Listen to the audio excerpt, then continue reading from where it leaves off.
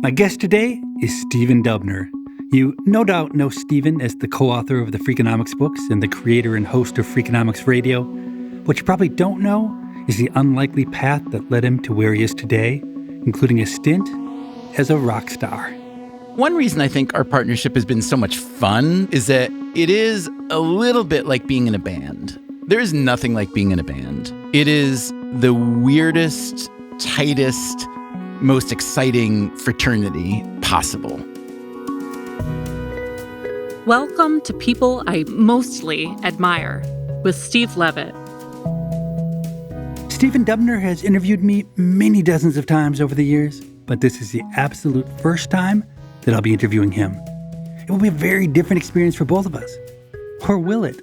My producer Morgan, who knows us both well, she predicts that no matter what I do, by the end, Dubner will be interviewing me and not vice versa. Let's see what happens.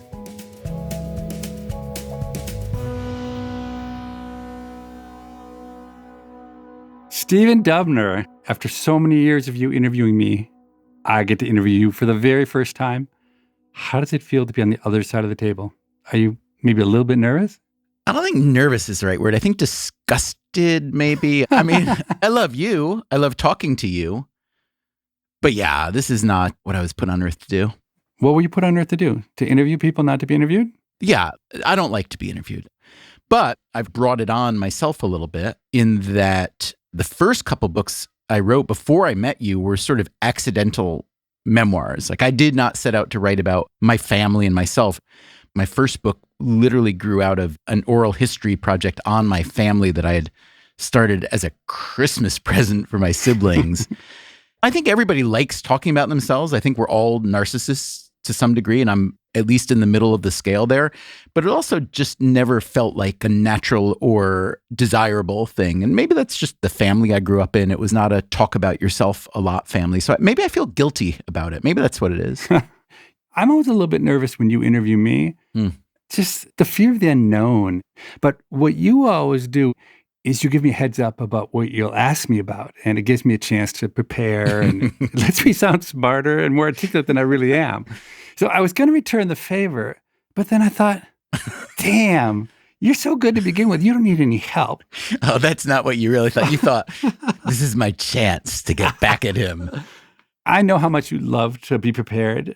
So if I would have told you what I wanted to talk about, you would have wasted hours thinking about it in advance, don't you think? You're probably not wrong there. I do like preparation. And I know you would prepare because the very first thing I learned about you is that you always come prepared. I will never forget how prepared you were for our first meeting almost 20 years ago. So you flew to Chicago to interview me for a New York Times article. And as far as I could tell, you had read with care every academic article I had ever written. So 50 or 100 papers. You interviewed me all day long for 3 straight days, and you never ran out of questions. Wasn't that fun? Such a good time. Oh, you talk about disgusted. I mean, I felt awful at the end of those 3 days. I've never experienced anything like that before or since. And it really taught me, I must say, a valuable lesson. It's so much easier to ask questions than to answer them. Now, that's probably obvious to anyone with decent social skills, but it had just never occurred to me. I was someone who just waited for people to ask me questions. And because I was a professor, people would ask me questions. Well, but you weren't born a professor. Like you were a curious young person, yes? I'm sure you asked plenty of questions. I was the youngest in my family. I was silent. I never asked anybody anything. I just stood in the background and watched what happened. And that first time you came out to visit me, for 3 days, I did not ask you a single question about yourself. Well, you asked me roughly 1,000 questions. It wasn't until about 15 minutes before you had to leave to catch a flight home that I finally asked you a question. I asked you, who else you'd interviewed in the past? And you said, oh, Steven Spielberg and the Unabomber Ted Kaczynski. And I thought, wow, that's interesting. I would have so much rather spent these last 3 days hearing you talk about your life than me jabbering on about mine. And I've made it a point really ever since to try to listen more than I talk. And that was one of the first of many lessons that you taught me. I will say, as selfish as it can seem to talk about oneself and be the person who's answering the questions, I would argue, in defense of you, that it is extremely selfish to be the question asker all the time, like I've been, because you do put yourself a little bit behind a veil. I mean, the reason I love the idea from a very early age of being a reporter or a journalist or a writer was because I was really, really shy as a kid. And I think a lot of kids are shy. And I also really wanted to know a lot about the world, which I would argue a lot of kids are in that position. This was a different time and place. There was no internet. There was no cable TV. Information felt much more valuable and scarcer. But then even when there were sources of it, I felt constrained to pursue it because who am I? I'm just like a kid. And so journalism for me became an avenue by which I could ask these questions. You know, there was like a reason to do it and people would answer them. It was unbelievable. It just felt like a magic trick or alchemy. Although in just the last year or so, a couple people have called it to my attention that some people really don't like to be asked questions about themselves. And I guess that seems obvious now when I say it, but to me, it never was. So I think I'm probably considered fairly obnoxious by some people that I've come across in my life. I don't mean to be. I like to be a nice person. But I do think that being a zealous question asker is thrilling and selfish and can turn some people off. But I don't care much about that. I'm just going to keep going. So my own experience, and maybe it's just because my own stories are so boring, is that when I ask people questions instead of talking about myself, I get the impression at the end of the conversation, they like me much better when they've been doing the talking than when I've been doing the talking. Oh. So there might be some people who are offended by questions. But it's interesting because my kids are often embarrassed by the questions I ask. The questions you ask of them or on your show? No, of their friends. So their friends will come over, and not in a bad way, but I'll just say in the nicest possible way. Hey, has it been hard watching your parents get divorced? Oh, yeah. And my own experience with hard times is that people like to talk about hard times. Everyone says, oh, I'm afraid to ask about that because I don't want to remind them. But anyone who's lived through hard times, if your parents are getting divorced, I'm sure you think about it all the time. You never forget that your parents are getting divorced. Their friends always give me really good answers, but my kids always berate me afterwards. That's something I learned from you. I remember when we first met, you were talking about your son, Andrew, who had died maybe 2 or 3 years before we met. And you said that it's this terrible event in your life. And of course, you think about it a lot. And people that you know, friends and so on, of course, they want to help. But they are so scared or devoutly against bringing it up because they think it will be too painful for you. But that you really do want to talk about it. And I'll never forget that. I think you're right. However, I think there are a lot more people in the world like your kids than there are like you. But there was this paper, we did an episode of Freak Radio about a couple of years ago about sensitive questions. And it turns out that if you ask or are asked sensitive questions, you rate the conversation much better. But most people certainly don't buy into that. So you left mercifully after 3 days of interviewing me. But I did go right home and I looked up that article about Ted Kaczynski that was in Time magazine. And it is such an interesting article. Doesn't it start with you asking him whether he thinks he's insane or something like that? I think that's true. I did visit him in prison. He was in this, I think he still is, in this same Supermax prison in Colorado. There was a World Trade Center bomber there. There were a bunch of other really bad guys. Wait, did he ask you to come out and interview him, or did you ask him if you could come out? I asked him. I was asked by an editor to write a piece on David Kaczynski, who was Ted's brother, the one who had figured out from the manifesto that had been published by the Unabomber that the Unabomber was his brother and sent the police or the FBI to get him. And so that was a very complicated family dynamic. And I was writing this piece about the brother and his wife. So I'd spent a fair amount of time interviewing them in a couple contexts. And then I learned somehow that Ted Kaczynski had written from prison a book and was trying to get it published. And so I was able to get hold of that unpublished manuscript and able to contact the publisher who was working with him and then pursued an interview with him in prison. I mean, it was a bizarre and fascinating conversation.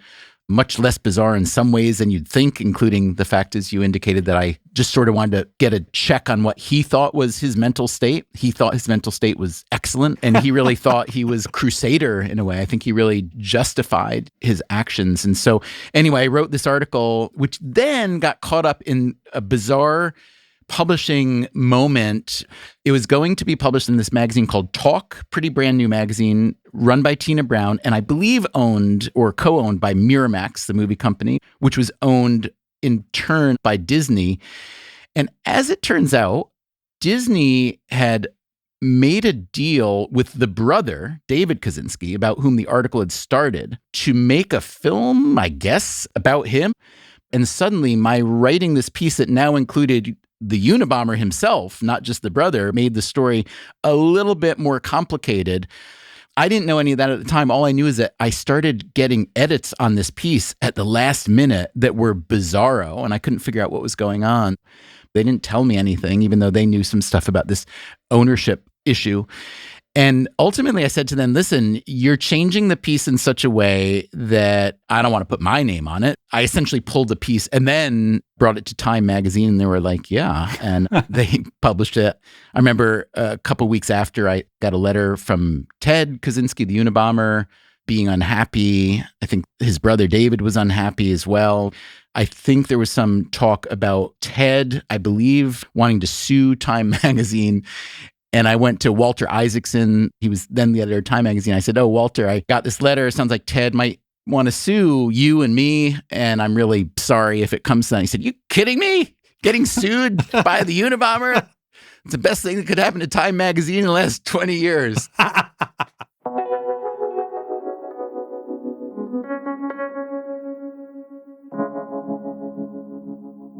So we ended up eventually co-authoring Freakonomics and 3 more books. And one of the most remarkable things about you and I, we've been working together for almost 20 years, sometimes very intensely, sometimes less so.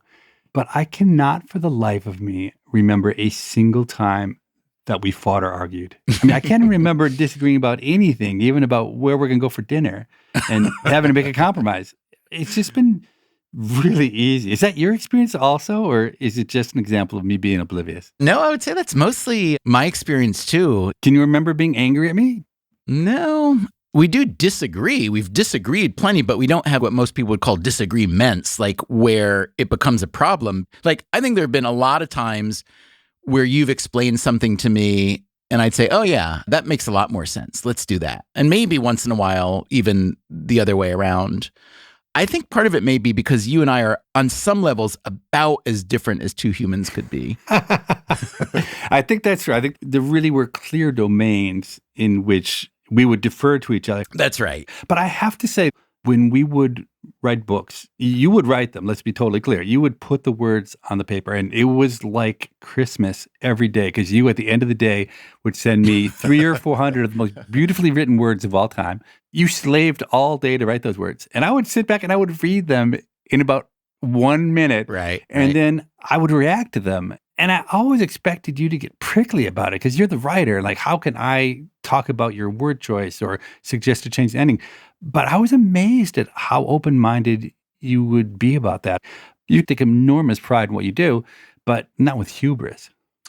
I think you're selling yourself short on how much you participate, especially in first book, Freakonomics, because we talked through a lot of that before I would write, sometimes in person, sometimes on the phone. And I always took a lot of notes. I think there was a lot of you, not just in obviously the research, but in the way that we told the stories too. A lot of tone and voice and attitude. So plainly, yeah, it was my words, but I was really trying to create this sort of hybrid voice that is different from the way you would talk or write on your own or the way I would talk or write on my own. And also, I think you are a really good storyteller. So I actually felt like the collaboration was really strong in that way. I wouldn't want people to get the impression that you just did the research papers, you turned them over to me, I wrote the book, you said, yeah, that's fine, maybe tweak this. It was quite a bit more involved than that. Do you remember I was in Chicago, staying at your house, sleeping on the couch in the living room when you lived in Oak Park? It was the World Series, I remember. Okay. And I had a really bad cold, so I ended up staying up all night. This was like the beginning of our starting to write Freakonomics in your office. Do you remember this at all? Not at all. Not at all. Oh my God. It was so bad. I can't believe you were sleeping on a couch. You had like 18 children. There were no beds available. So for anybody who's ever used to doing something on their own and then tries to do that same thing with someone else, like cook or whatever, it's just weird. Now, you had collaborated on a lot of academic papers, so you plainly knew how to do this, but this was a different kind of writing. And we would sit in your office and you would just kind of talk and I would kind of type and you would talk. It was just horrible. Then we'd go eat. And when we'd eat, we would just talk casually and it was fun again. Oh, there's this story, there's this research and so on. And we did 2 or 3 days of it and I was like, oh, this is not going to work. It wasn't a failure of you or me necessarily. It was just like, this wasn't the right way to dance this dance. From my perspective as a writer, I couldn't find a way to make it work like that. So anyway, this night of the World Series game, sleeping on the couch in your house, and I was up pretty late for the game, and then I couldn't sleep because I wasn't feeling well. I just stayed up all night, and I wrote a version of what's the opening, the intro, the prelude of Freakonomics. And the next morning, I remember pushing the laptop in front of you, and I said, here, take a look at this. And I remember you read it, and you said, that sounds nothing like me. And I thought, oh, a bridge too far. And then you said, but man, I really like it. And so I thought, oh, this can work. I found what I thought was for us the right tone, the right mode of collaboration. It's kind of lucky, but yeah, it worked. We created this joint voice that was much cooler and more interesting than either of our real voices. Absolutely. But we both got really good at it. And I think we could both get in that voice. And I think it was hard for people to tell who was actually writing it, me or you. I mean, your writing is better, but the voice was so powerful that we did become more interchangeable than one might have thought. I think there were also like rhetorical flourishes that you and I both liked, like question asking. How many book chapters and articles that we wrote did we create a headline that was in the form of a question? We both just have a sort of occasionally juvenile-ish sense of curiosity and humor and so on, but also just the way to set up a story.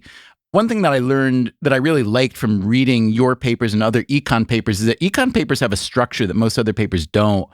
There's the abstract where they say, this is what's going to happen. Then this is the argument. These are the data we're going to use. This is the methodology. But then there's also the entertainment of other potential theories that might be right.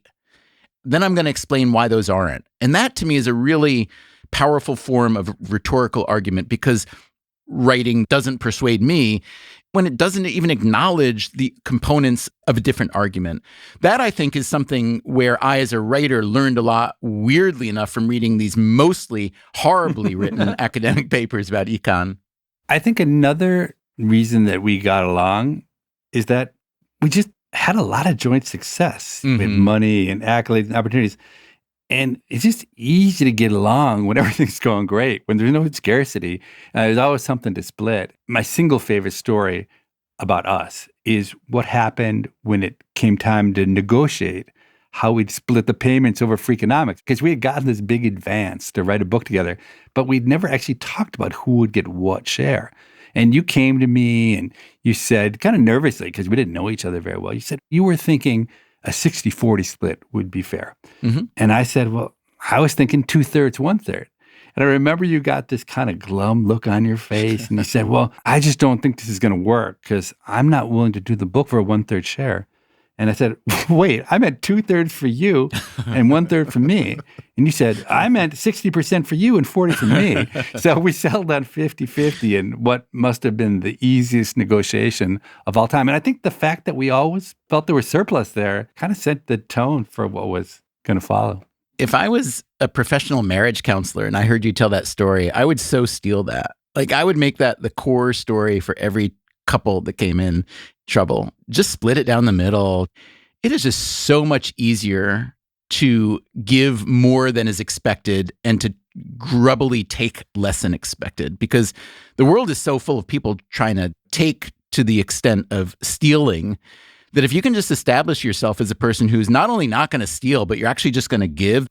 And this is what I've tried to do as Freakonomics Radio, which has been my main thing for 12 years now, as it grew to have other outside partners and so on, it's really exciting to try to be the kind of partner where all your other partners get better off and that you don't feel like you're extracting. What do you call that in econ? It's really like when I had Barry Nalbuff, the economist, on the show. Mm-hmm. I like that show. His thing was, look, you try to make the surplus as big as possible. And if the surplus is really big, when you split it 50-50, everybody's happy. Exactly. And I think that's really your principle as well. Let's just build surplus. Yeah, grow the pie, right? I'll be right back with more of my conversation with Stephen Dubner after this short break.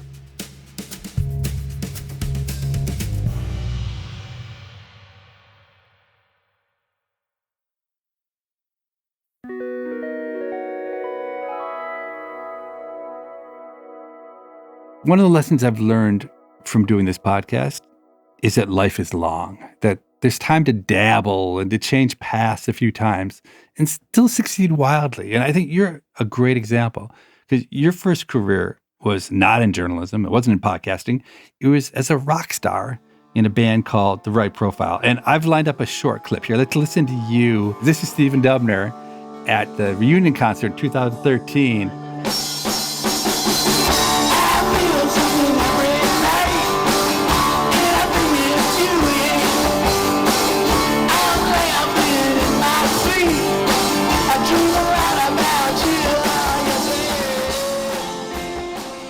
That is rough. That was the first time in my life I ever lost my voice, by the way. I have to say, I didn't expect you to sound so good. Now, maybe it was just because you lost your voice, but you've got this angry growl going on, so different than your everyday personality. And I have to say, in the video, which people can see on YouTube, you look like you're having so much fun on stage making music. A lot more fun than when you and I are on stage speaking together. Did you love being on stage? Did you love making music? One reason I think our partnership has been so much fun for me, and I hope for you too, is that it is a little bit like being in a band. There is nothing like being in a band. It is the weirdest, tightest, most exciting fraternity possible. It is also a little bit like alchemy. You are just a bunch of people who grab these instruments, and then most times it fails, but when it works, when you play together well and you start to write songs that are good and you start to perform and people like it, it is otherworldly. It is supremely intoxicatingly fun. The whole experience, traveling around, and we ended up getting a record deal, which felt like we won something. Then I ended up deciding that was not a life that I wanted. And so I quit, and it was really, really, really hard to give it up. But it was definitely the right move for me. My life has turned out much more like the life I wanted than it would have been if I had been a rock star. So Clive Davis, the legendary music producer, he comes to CBGB's one night, sees you playing, and then he signs you to this major label record contract. And I'm curious, the band soldiered on. They thought they were going to be a success. They never were. They never were a commercial success. Did you leave only because it wasn't fun? Or could you tell it just wasn't going to work sooner than other people? Oh, no. No. I actually think we all thought it was going to work. We signed with a big label, Arista, which probably wasn't great for us because we were a little bit more of a ragged, slightly punky, slightly country, slightly bluesy band. We were on the label now of Whitney Houston. And, look, amazing singer, plainly, but it probably wasn't quite the right label. I do remember making a cassette tape of what I felt were really great hits of the last 10 or 20 years by bands, Clash, Talking Heads, Paul Simon, hits that I thought were amazingly great songs. And I remember the name I gave the cassette was What's Wrong with Us? Us being like my band. Because what was happening is we were writing a lot of songs, and Arista kept saying, I don't see a hit there. And it's like, oh God, we already had 30 or 40 songs when we were signed. We'd been at it for a while. Why did you want to sign us if you didn't think what we do is what you want to put out? And it wasn't quite that. It's just that there are conventional wisdoms in every industry. That said, we were just starting to be a really, really good band. So I would say the prime reasons why I quit, it was really Bruce Springsteen's fault. Did I ever tell you about this Bruce Springsteen encounter? No. I feel like such an old guy. Let me tell you about my old rock and roll stories. Okay. I'm in this band. We're living in North Carolina at the time. We just got signed to a manager, these great guys in New York, and they represented some other bands that I loved, including The Replacements and a band called the Del Fuegos out of Boston, who I absolutely loved. Their first record had just come out, and it was just a great rock and roll record. And Bruce Springsteen happened to be in Greensboro, North Carolina at the Coliseum, and the Del Fuegos happened to be playing at this little bar in Greensboro, North Carolina. And I went to say hello to meet him.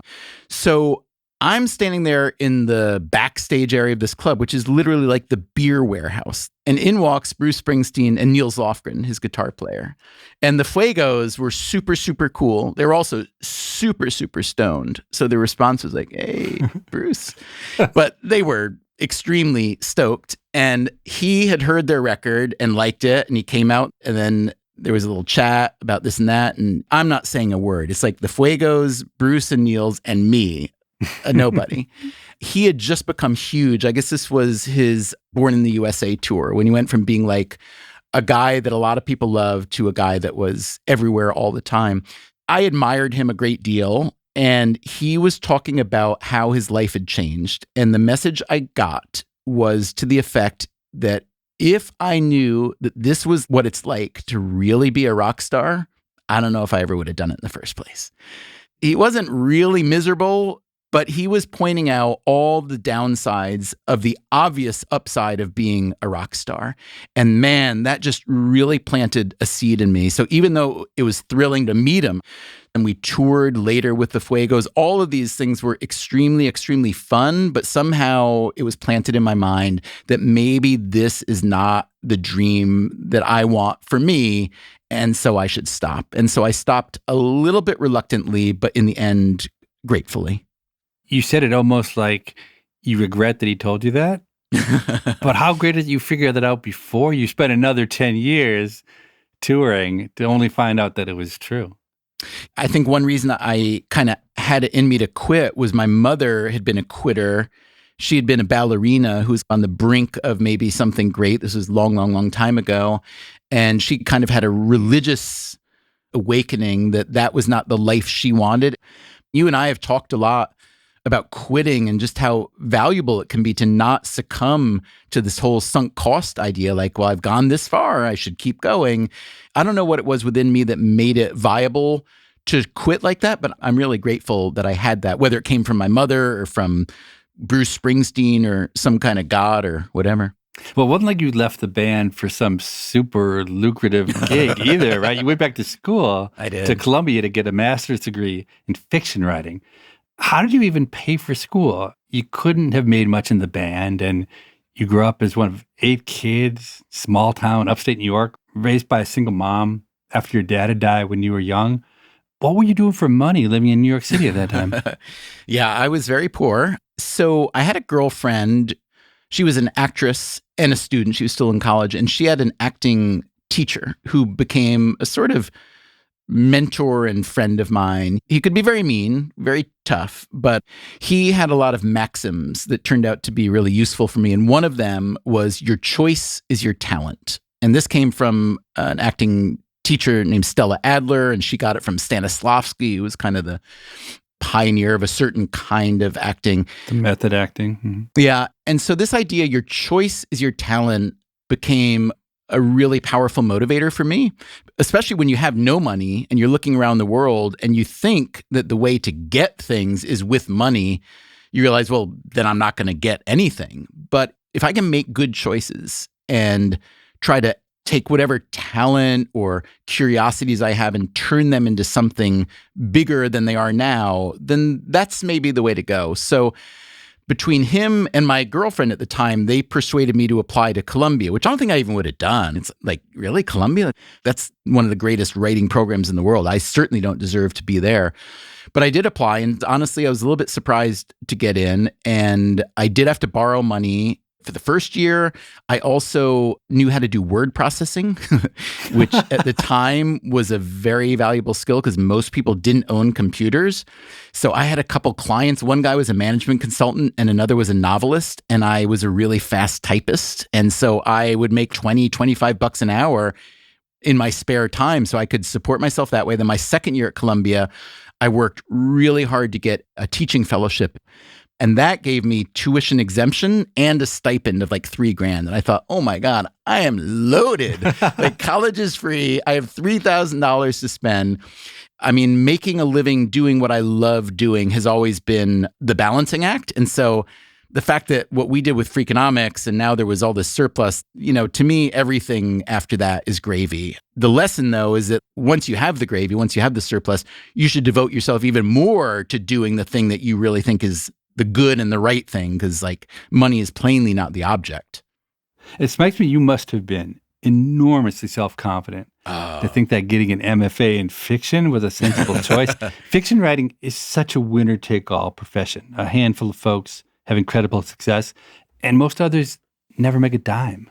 No, I was not confident, and I recognize it was quite likely fairly stupid.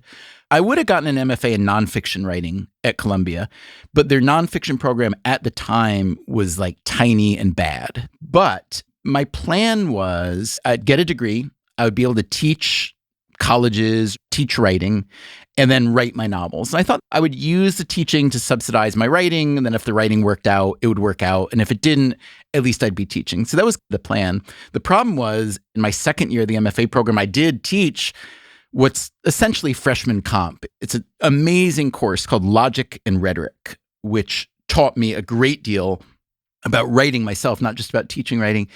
And that's when I discovered, unlike you, Levitt, I did not want to be a professor at all. I don't know if you agree with this, but my conclusion is that to be a good teacher, you have to be pretty selfless. Like you have to really care about the work that the other people are doing. You have to really care that they are learning what you're trying to teach. I just wanted to write. I just wanted to go interview people. I had a million ideas.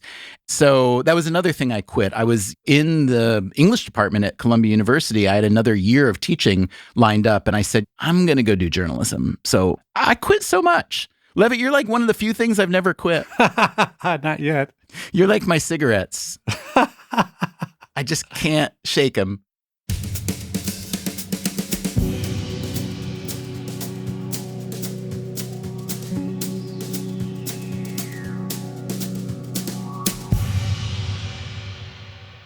Against the odds, you did turn that degree into something. You got the job at New York Times. And then eventually, as you mentioned before, you published these 2 successful memoirs and you had a lucrative 3rd book contract. Oh, that's right. You were a big shot in New York literary circles. I was a medium shot. And then you met me. And that put you in a tough position, right? Because we got offered a bunch of money to write the book that would become Freakonomics. Right. But for someone of your status, it was kind of embarrassing and degrading to write what's called an and book. And by that, I mean Freakonomics was by Stephen Levitt and Stephen Dubner. And by putting us out of alphabetical order, it was like I was the star and you were the hired hand. I'm like Quasimodo. You had to swallow a lot of pride to write Freakonomics. Why'd you do it? For the cash? Not for the cash, because honestly, even though the deal for Freakonomics was relatively large for book deals, my half wasn't that much larger than the contracts I was already getting for other books. So it wasn't really that. It's funny, I like your question. So after I wrote about you for the New York Times Magazine, you were getting contacted by people who wanted you to write a book, correct? Correct. And I said no. Well, actually what I said is go read a few of my academic papers and then come back if you still think you're going to want me to write a book. And they never came back. And then I was getting offers to write a book about you. And I definitely said no to those because A, I did have a 2-book contract. And I was already pretty deep into one of those books, which was about really like behavioral economics. But also, I didn't want to write a book about an economist and his research when I'd just written a Times Magazine article about that. Like, to me, it would make sense for you to write a book. Suzanne Gluck, who's now our literary agent, she was the matchmaker.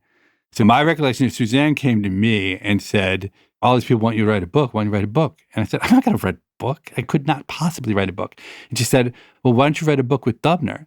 And I said, with Dubner? Said, I hate Dubner. I'm not going to do that. I think I said, I hate Dubner. And she said, well, tell you what, let's just get you two on a call and see what happens. Levitt, let's unpack this hating of Dubner a little bit.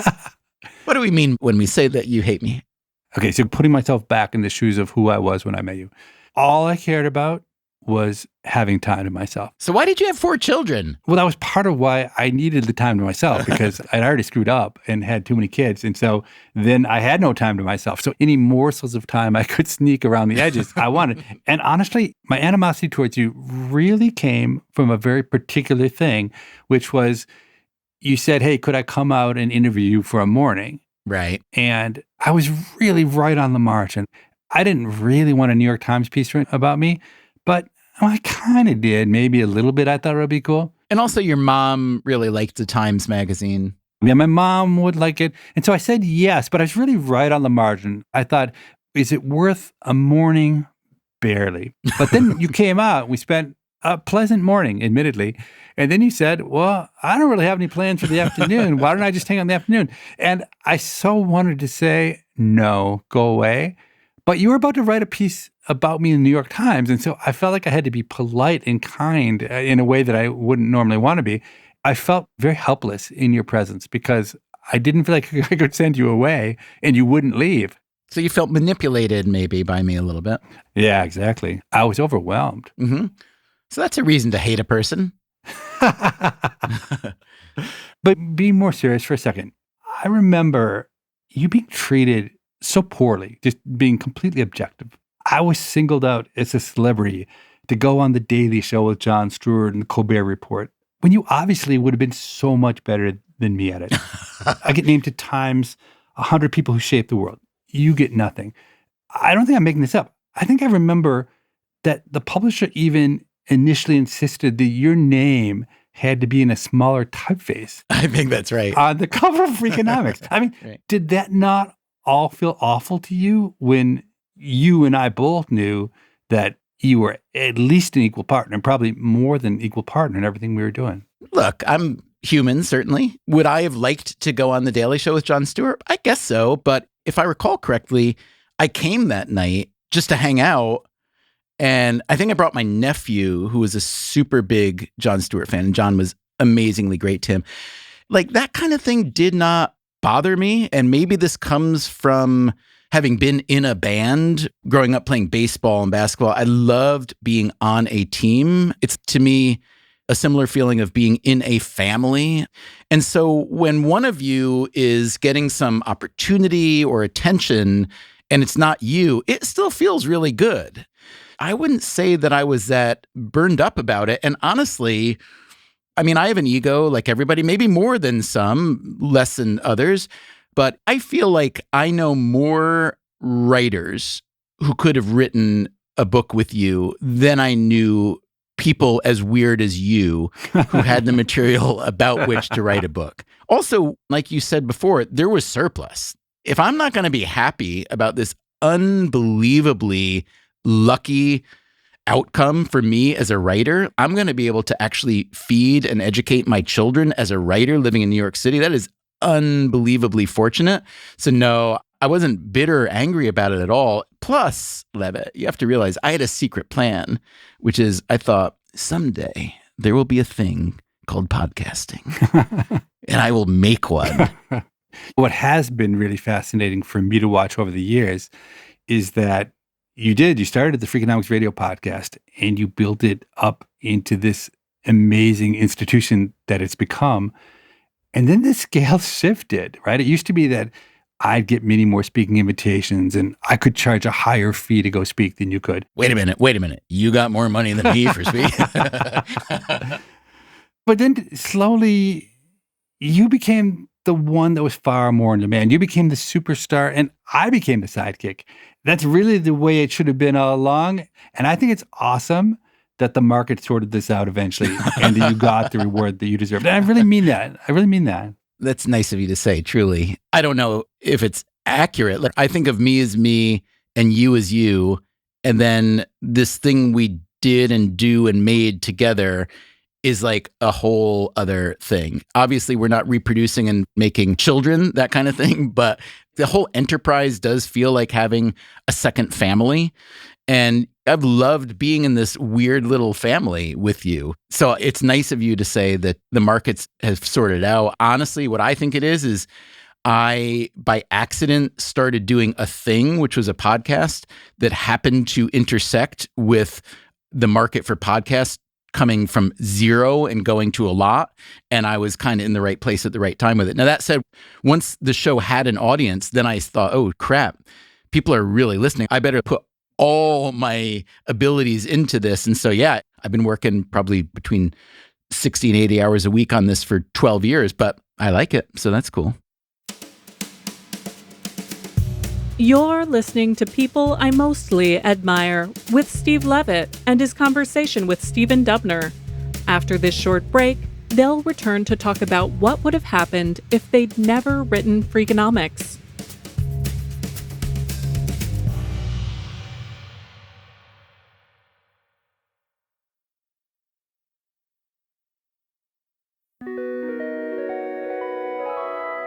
So far, we've barely talked about podcasting.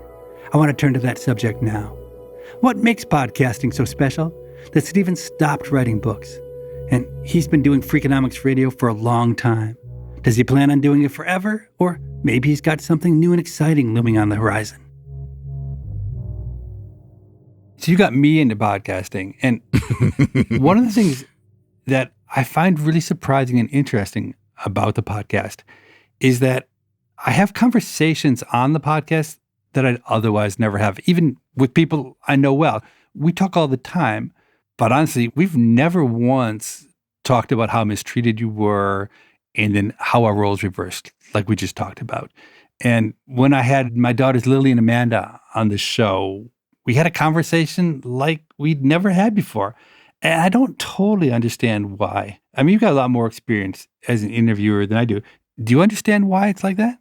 Yes and no. I would say mostly no. I do have this quasi-mantra I think about whenever I'm trying to start a new show or a new type of episode or something like that, or when I'm trying to interview someone where I feel there may be a real difficulty in getting the real person, which happens a lot if you're interviewing people in government or public life and so on. The mantra is, for me and the guest, talk like no one's listening. And it would seem paradoxical that you're going to sit there with a microphone in an artificial setting, not even seeing a person like we are right now, because you're in Germany, Yeah. I'm in New York. Like, it seems nuts that this would actually create more intimacy than being with someone face to face. But then I think back about like when you're a teenager and you're on the telephone and you're just like in your room, and let's say you're trying to call someone for a date, or you're mad about being left off the starting team of your basketball team or something, and you're trying to talk it through with somebody. The first couple minutes, you are hyper aware of the context and how you're feeling. But then somehow, through this weird construct of you're holding this piece of plastic to your ear and talking down the line to someone else, that all melts away and it becomes a totally different and intimate conversation. It's called podcasting, but it's exactly the same as radio was for many, many, many years. And there's something about that super, super narrow artificial construct that creates this intimacy that you just forget after a while. I love creating. I love being around people who are creative. And this medium happens to have this weird set of tools that lets all different kinds of people get at different angles of creativity, or even if it's not creativity, just like reality, just people being real, not BSing, telling you things that they really believe, telling you things that you didn't know, which is exciting. I probably said things on this conversation to you that I have never said to my wife even. So yeah, it's a little bit weird. So you've bragged about what a quitter you are. You quit everything except me. I'm your cigarette and podcasting. Yeah, but I've been with you longer than podcasting. That's true. So you're really the thing I can't quit. Also, I've been married longer than I've been with you too. So just to be fair. That's true. But you spend 60 to 80 hours a week on your podcast. You've done 500 episodes just on Freak Radio, not to mention No Stupid Questions. Tell me something I don't know. Are you thinking about quitting or no? I've definitely thought about it because the one thing that I'm really scared of in life, like to the point of allergic to, is being bored. I just think bad things happen when you're bored. Not just to me. I think a lot of people do a lot of really stupid stuff out of boredom.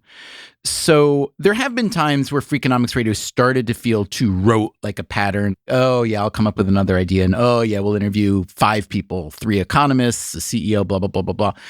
And whenever I start to get that feeling, I do start to think about what I should do next. I will say in the last couple of years, I don't know why, but I've been totally re-energized, partly because as the company's grown with adding shows like your show and Freakonomics MD, then some other shows that we're starting to develop. I'm not a natural born entrepreneur, but I love pretending that I can sort of do it. I love exercising those muscles. And as a result of that, we've built our company up in a way where we've brought on new producers and some new senior people to where I now have support in making Freakonomics Radio that is much more than ever before, which means that I get to spend a lot of time really just doing the actual work, thinking about the idea. Like we just got back from England and Scotland doing all these interviews for a couple different series we're doing where we're just going out with microphones, talking to all sorts of people of the sort that we haven't talked to in 3 years, partly because of COVID, but also just because you get in a rut. So lately, we've been breaking a lot of ruts. The other thing is I don't know what I would do. I have no skills. I can't be an employee. I'm terrible in meetings. I'm obnoxious. I always say what I actually think. I did think about rabbinical school, but I'm not going to do that. And then a couple years ago, I was thinking about winding it down. And I want to say, is there a senator from Iowa named Chuck Grassley? Yes, that's true. And I think he's like 180 years old. He's like really old. And he announced that he would be running again for re-election. And someone asked him, like, really? Like, why? And he said, well, I think I'm still pretty good at what I do. I think I make a contribution to the world. I really like it. And what else am I going to do? And when I heard him say that, I'm not sure if that's an accurate portrayal of what he said, but that's the message I took. I thought, God, what am I thinking about? I'm like 50-something. I love doing this. What am I even thinking about? Also, one thing I've learned from you, it is so much harder to start something than to keep doing it. This is a thing that's taken 12 years to get it where I sort of like it. So I don't think that's a sunk cost problem I have. I think that's like appreciating that I built a nice house and now I want to live in it. I mean, anytime I hear someone talk with the kind of excitement you just expressed about podcasting, quitting is not even on the table. It's like, doesn't even make any sense. So you spend all day practically interviewing people. You have been for a long time, and especially now with the podcast. How does that affect when you're outside of the studio? Are you tired asking questions, or is that the only thing you know how to do? It's more the latter. It's not like I'm interviewing people all day, every day, by a long shot. It's only a weekly show. It's not like a daily 3-hour talk show. So I'll probably have typically 3 to 6 interviews in a given week. And each of those are, let's say, between 60 minutes and 2, sometimes 2.5 hours. So most of the time is actually spent reading and researching and prepping for the interview and then doing the interview. But yeah, absolutely. You're spending a lot of time thinking about asking questions and then asking questions and then listening to answers and trying to get right to the next best question. It is a little bit hard to turn off. I'm not a super social person. Levitt, maybe a little bit more sociable than you. Like one of the reasons I became a writer, I love being alone. I just really, really like it. I love reading and thinking and writing and all that.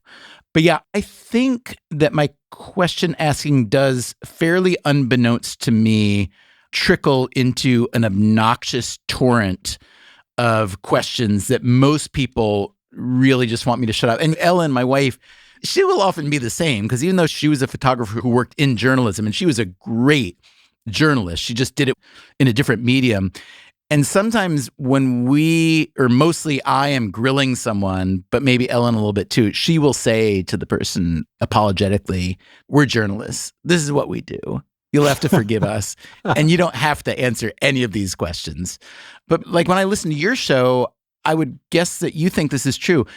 most people, if you ask a question, almost any question, and it's from a genuine place of wanting to know, wanting to figure out, wanting to solve, I think almost everybody really wants to return that serve.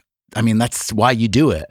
And most of the returns of serve you get aren't that interesting, to be honest. That's why we do 5 to 10 hours of interviews for every 1 hour episode of Freakonomics Radio. Most of it you want to get rid of. It's like Michelangelo was asked, how did you make David? This is, I'm sure, a fake story. And he said, well, it's easy. You just cut away all the parts that don't belong there. And if you think about a finished piece like that, then it lets you not feel so bad about leaving out the vast majority of it.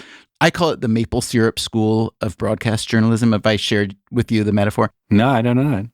So have you ever made maple syrup, Levitt? Believe it or not, I have, because my grandparents had a lake house and we would make maple syrup every fall.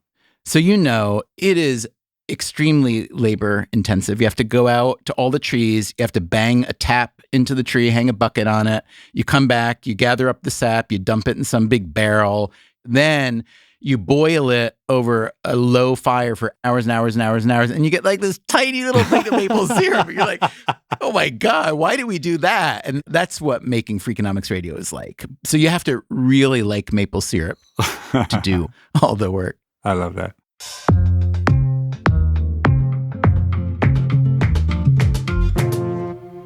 Do you ever go back and look at things you've written in the past, Freakonomics or anything else? I almost never do. I had a conversation the other day with Michael Lewis, who you did that really good episode on Pima with. We were talking about Moneyball. It's the 20th anniversary of Moneyball. And he said he's never gone back to read the book, which as a civilian, I was like, come on, get out of here, really? And I realized the same for me. I've never really gone back to read more than like a paragraph or two of any book I'd written. Have you ever gone back and read just chunks of Freakonomics or Super Freak? I have. And in my mind, when I think about our books, I imagine them to be my academic papers stapled together, slightly improved. And so when I actually go and look at our books, every time, and I've done it probably 5 times, I am stunned at how good they are. My reaction is, I can't believe how good this is, how entertaining it is. Wait, are you blurbing your own books right now? I'm stunned at how good they are. It's interesting because I think it is a difference between being the writer and, in some sense, being a bird standing on the shoulder of the writer who's writing it, which is what I am with our books. It doesn't really feel like I created it. It feels like an abstraction of some concrete thing that I understand. Now, when I go back and look at my academic papers, I absolutely know what to expect. I'm not surprised at all. But our books, I'm always pleasantly surprised. Obviously, our 2 lives would look really different if we'd never written Freakonomics. Let's start with me. What do you think I'd be doing if we'd never met and Freakonomics didn't exist? Oh, you'd probably have a Nobel Prize by now if it weren't for me. Well, I don't know about that. But for me, the biggest thing that Freakonomics did is that it opened up options outside of academics. And honestly, much to my surprise, a lot of those activities were a lot more fun than academics. So I do think you're right. Absent Freakonomics, I would have written an extra 50 academic papers that almost no one would care about. But you liked doing that work. And you, for people who don't know, you collaborated a lot with people outside of economics, which a lot of economists don't do. So I actually think that your worldview was pretty interesting to start with. But yes, I would have seen you staying doing what you were doing. I think you'd still be at the University of Chicago. You would be this beloved, award-winning professor and researcher. And I think you'd be totally satisfied with that, honestly. I might be, but I think I also would be one of a large crop of economists who would get my haircut the week before the Nobel Prize in Economics is announced every year. And I'd pretend I didn't care whether I won or not, but secretly, it would be the only thing I would think about. All right, so let me ask you this, though. Had you not written Freakonomics, do you think you would have won a Nobel Prize by now for the body of academic research you've done? No, I don't think so. But why? Because I think what you would say is that, no, I don't have a central body of work that changed the way either other economists look at the world or the way the world looks at this piece of life, politics, industry, and so on. I just have a bunch of papers about a bunch of different stuff. And I would make a strong argument against that. Well, I think whatever 50 papers I wrote next would almost for sure be worse than the stuff I already did. So if the stuff I did isn't good enough to get a Nobel Prize, the stuff I was going to do next definitely wasn't going to be good enough. What I came to realize was that the distinction isn't winning one or not winning one. It's whether you crave, whether you have this burning desire to win one. And I think that's a curse. If you want to be happy in economics, then that's the thing to avoid. Because look, if you win one, it's a lot of fun. But it's the suffering of the masses of economists who crave the Nobel Prize and don't get it. But forget about me. What do you think you'd be doing? I think I probably would have written a lot more books because I love writing books. It's very hard and often grueling. And there are periods during the process that are absolutely soul crushing. But there's just this feeling of pride and accomplishment that is unmatched. For me, I really like words on a page. I've always loved it. My dad was a writer. I was a journalist. My mom was not, but she was actually a much better writer than my dad. My mom was great with words, and language in our family was just in the air, always playing with language, a lot of songwriting, a lot of goofing on language, a lot of grasping at foreign languages, a lot of wordplay. So to me, I've just been in a sandbox really this whole time. And that's where podcasting may look to the outside world as very different from book writing. It's actually not that different. There's an idea, you interview people, you script it. The idiom is different plainly. But look, there's no guarantee I would have been able to keep writing books for a living, because if your books fail, then after a while, publishers don't want you to write books anymore. When Freakonomics was about to come out, weren't you thinking seriously about taking a job as a magazine editor? Yeah. The best magazine editor I ever worked with had just taken over a great old title, and we were talking about me joining him there.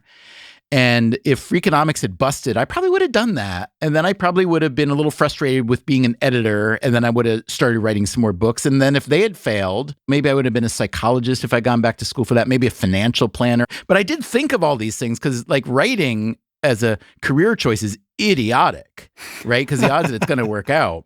So I did think through all this. But when it worked with Freakonomics, it was just like, it wasn't so much joy, like, oh my God, this is great for me. It was more like relief. I remember I used to hang out with these people who put on Broadway shows, and they were doing a revival of Guys and Dolls. I was at the party, the opening night party, when they're waiting for the New York Times review to come in. But the way it happened 35 years ago was the way it happened like 80 years ago. Like they'd send some kid over to the Times building to grab a copy. And if I recall correctly, the critic who'd written the review was also at the party, Frank Rich. So they get the paper, they open it up to the art section, and it's not there. And they're like, what the heck is going on? And I want to say that it was Frank Rich, the critic, said, not the front page of the art section, check the front page of the paper, A1.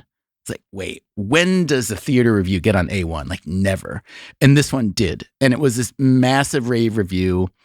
And then Jerry Zaks, who was the director, he was just standing there. 2 minutes later, everybody's hugging, da-da-da-da-da.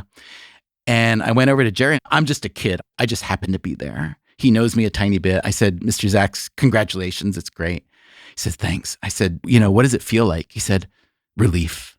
I said, you're kidding me. It's not like unbelievable joy. It's not like this will show everybody else. It's just relief. He said, yeah, it's just relief.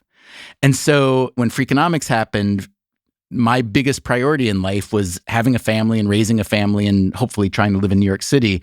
And so I was just so relieved that I would be able to do that, that I didn't think about all the other good stuff that would come along with it. And so everything else has sort of been a bonus. My mom used to have this saying, this was partly because we were very poor, but she used to say, enough is as good as a feast. Does that sound like propaganda now that I say it out loud? Yes. There's also a line from the Talmud, I think, who is happy? The person who is happy is someone who is happy with what he has. So it's all about not wanting. So whether that comes from my family or just from the universe somehow, I've got a little bit of that, and I'm grateful for that. If Stephen Dubner's reaction to our early success was relief, my first reaction was shock. It never even occurred to me that people would like our book. And my next reaction? That was fear, because I thought I would hate what success would bring. But happily, it turned out I was wrong about that as well. The last 20 years working with Dubner have been a whole lot of fun, and I'm hoping we've got 20 good years ahead of us. And now, a question from our listener. Hi, Steve. So we had a question from our listener, June. June wanted to know if there was any academic research that had caught your eye recently. Are there any new papers out that you're really excited about? Well, I have to say, it is less and less frequent that I stumble onto an academic paper that gets me really excited. But June's timing is exquisite because, indeed, just a few days ago, I read a paper which I absolutely thought was fantastic. One of those rare papers where when I read it, all I can think is, God, do I wish I had written this paper. Gosh, so who's it by? And should we have them on Pima as a guest? Well, it's actually by my good friend, John List, who we just had on Pima maybe a month ago. And how cruel of him to release this paper just after we have him on instead of just before. I would have loved to have talked to him in depth about this paper. So what's it about? Well, it's a paper about crime, which is obviously a subject that I've done a lot of research on. And it's asking a really simple question, one that people have tried to answer before, which is, if a minority driver and a white driver drive exactly the same, is the minority driver more likely to get a speeding ticket than the white driver? Okay, Steve, that seems like a pretty simple question that's been answered before, has it not? Well, it really hasn't, because we've never had the right data. In the best case scenario, you might have data on the number of speeding tickets given to white drivers and the number of speeding tickets given to minority drivers. But that's not enough information to really answer this question, because there are all sorts of variables which make it such that if you only see the number of speeding tickets that are handed out, you still really don't have that good an idea about whether there's discrimination on the part of the police or not. Does that make sense to you? So what you're saying is that even though we know that minority drivers get more traffic violations than white drivers, you're saying that there could be more factors besides racism playing a role in that increased number. Sure. Like, for instance, minority drivers might speed more than white drivers, or they might drive in neighborhoods where there's a greater policing presence. I'm not saying that's actually true. I'm just saying those are the kinds of variables that past research hasn't been able to control for. And when it comes to an issue as important as discrimination, people are really hesitant to say there's discrimination if there are other possible explanations that haven't been ruled out. Okay. So what does John's paper find? So John and his 7 co-authors take advantage of the fact that they have a data set unlike any data set that's ever been let loose in the area of crime. And that data set is the driver information from Lyft. So at the time that John did this study, he was the chief economist at Lyft. And so for their drivers, they have this incredible bounty of information. They know exactly when the drivers are driving. In many cases, they know the race of the driver. They even know the speeds at which the drivers are driving. So what they were able to do is cross-reference the Lyft data with a data set from Florida that listed the names and the times and the locations of every speeding ticket that was handed out. And by putting together those 2 data sets, they can now see exactly how often, even in a given neighborhood, minority drivers and white drivers are speeding and how often they get tickets. And the answer, it turns out, is exactly what you think. There is substantial bias on the part of the police. So a minority driver and a white driver who are driving exactly the same, that minority driver is about 25% more likely to be given a speeding ticket. Is that number consistent with other studies that have been done on race? Well, interestingly, it really does fit right in the middle of the other research that I've done in all different aspects of criminal justice. What people have found over and over, never with data of the quality that John has, is that there does appear to be racial discrimination in the criminal justice system. And this magnitude of 25% seems about right, given what we know. The thing that gets me most excited about the paper isn't the result, it's the approach. The possibilities that come when you use rich data in a way that nobody had ever imagined it would be used. And when John came as a guest and I asked him, why'd you go work for Lyft? He said, I felt like if I wanted to stay on top of the science, I had to have access to these data.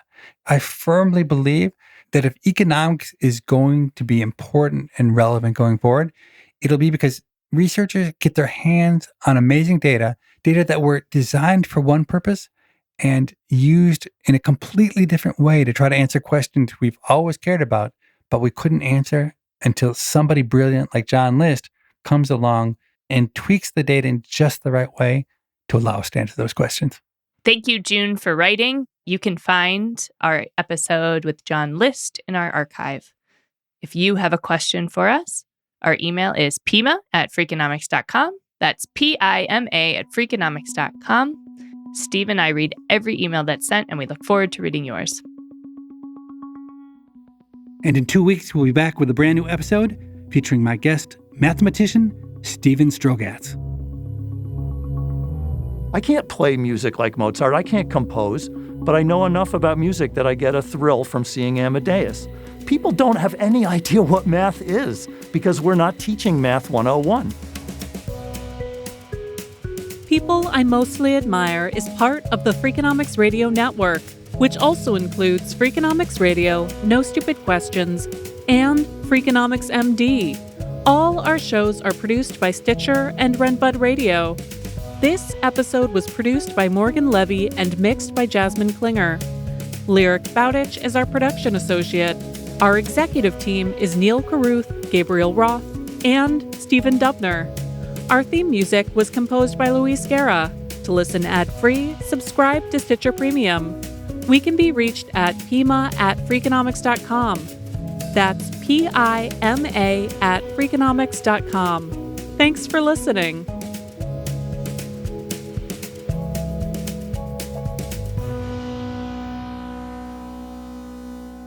If you were a bird, what kind of bird would you be? I mean, I'd love to be an owl. I love owls. Oh, I do see you as an owl, just staying up all night studying trivia flashcards.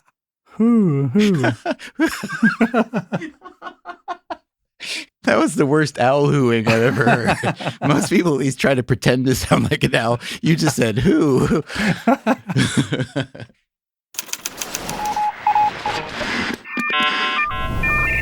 The Freakonomics Radio Network, the hidden side of everything. Stitcher.